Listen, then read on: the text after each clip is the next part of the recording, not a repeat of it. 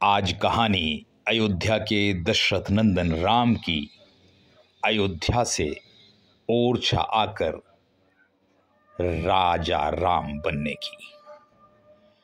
ओरछा वो नगरी है जहां मर्यादा पुरुषोत्तम राम को राम राजा के तौर पर पूजा जाता है। यहां पर जयकारे भी उनके लगते हैं।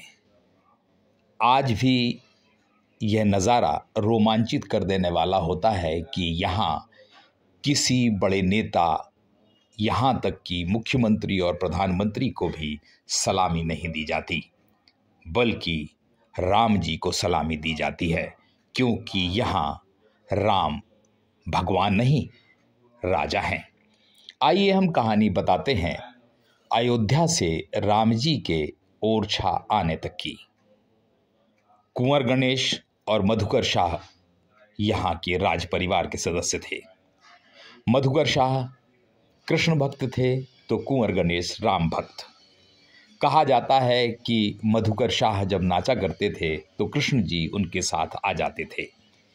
ये दावा भी मधुकर शाह ने कुंवर गणेश के सामने कहा और उन्हें चुनौती दी कि अगर उनके आराध्य उनसे इतना ही प्रेम करते हैं तो वे अपने साथ लेके आए।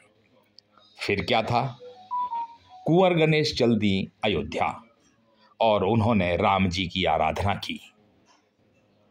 और जब वे राम जी को पाने में असफल रहीं तो उन्होंने तय किया कि वे सरयू में छलांग लगाकर आत्महत्या कर लेंगी। कहा जाता है कि कुंवर गणेश ने सरयू में छलांग लगाई तो राम जी उनकी गोदी में आ गए, पल्लू में आ गए और उन्होंने राम जी से ओरछा चलने का आग्रह किया। राम जी ने शर्तें रखीं कि हम अयोध्या से ओरछा तभी चलेंगे जब इन शर्तों को मान लिया जाएगा। कहा जाता है कि कुंवर गणेश के सामने उन्होंने शर्तें रखीं कि वे सिर्फ पुष्य नक्षत्र में ही उन्हें गोदी में लेकर चलेंगी। जहां राम जी को एक बार बिठा दिया जाएगा वहां से वे हटेंगे नहीं। और तीसरी बात, वे ओरछा के राजा होंगे। कुंवर गणेश ने तीनों बातें उनकी मान ली और राम जी को लेके चल पड़ी ओरछा की ओर। कहा जाता है कि पुष्य नक्षत्र को कुंवर गणेश राम जी को लेकर चलती थी तो वहीं ओरछा में मंदिर का निर्माण चल रहा था। कुंवर गणेश उन्हें लेकर जब ओरछा पहुंची तो उस स्थान पर जहां राम जी को विराजमान किया जाना था वह मंदिर अधूरा था। लिहाजा राम जी को राज परिवार की रसोई में बिठा दिया गया। आज भी राम जी उसी स्थान पर विराजमान हैं।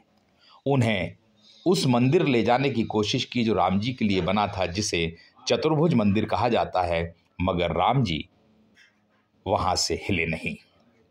और तीसरी जो शर्त थी कि राम वहां के राजा होंगे, तो आज भी नियमित तौर पर 3 पहर की राम जी को सलामी दी जाती है।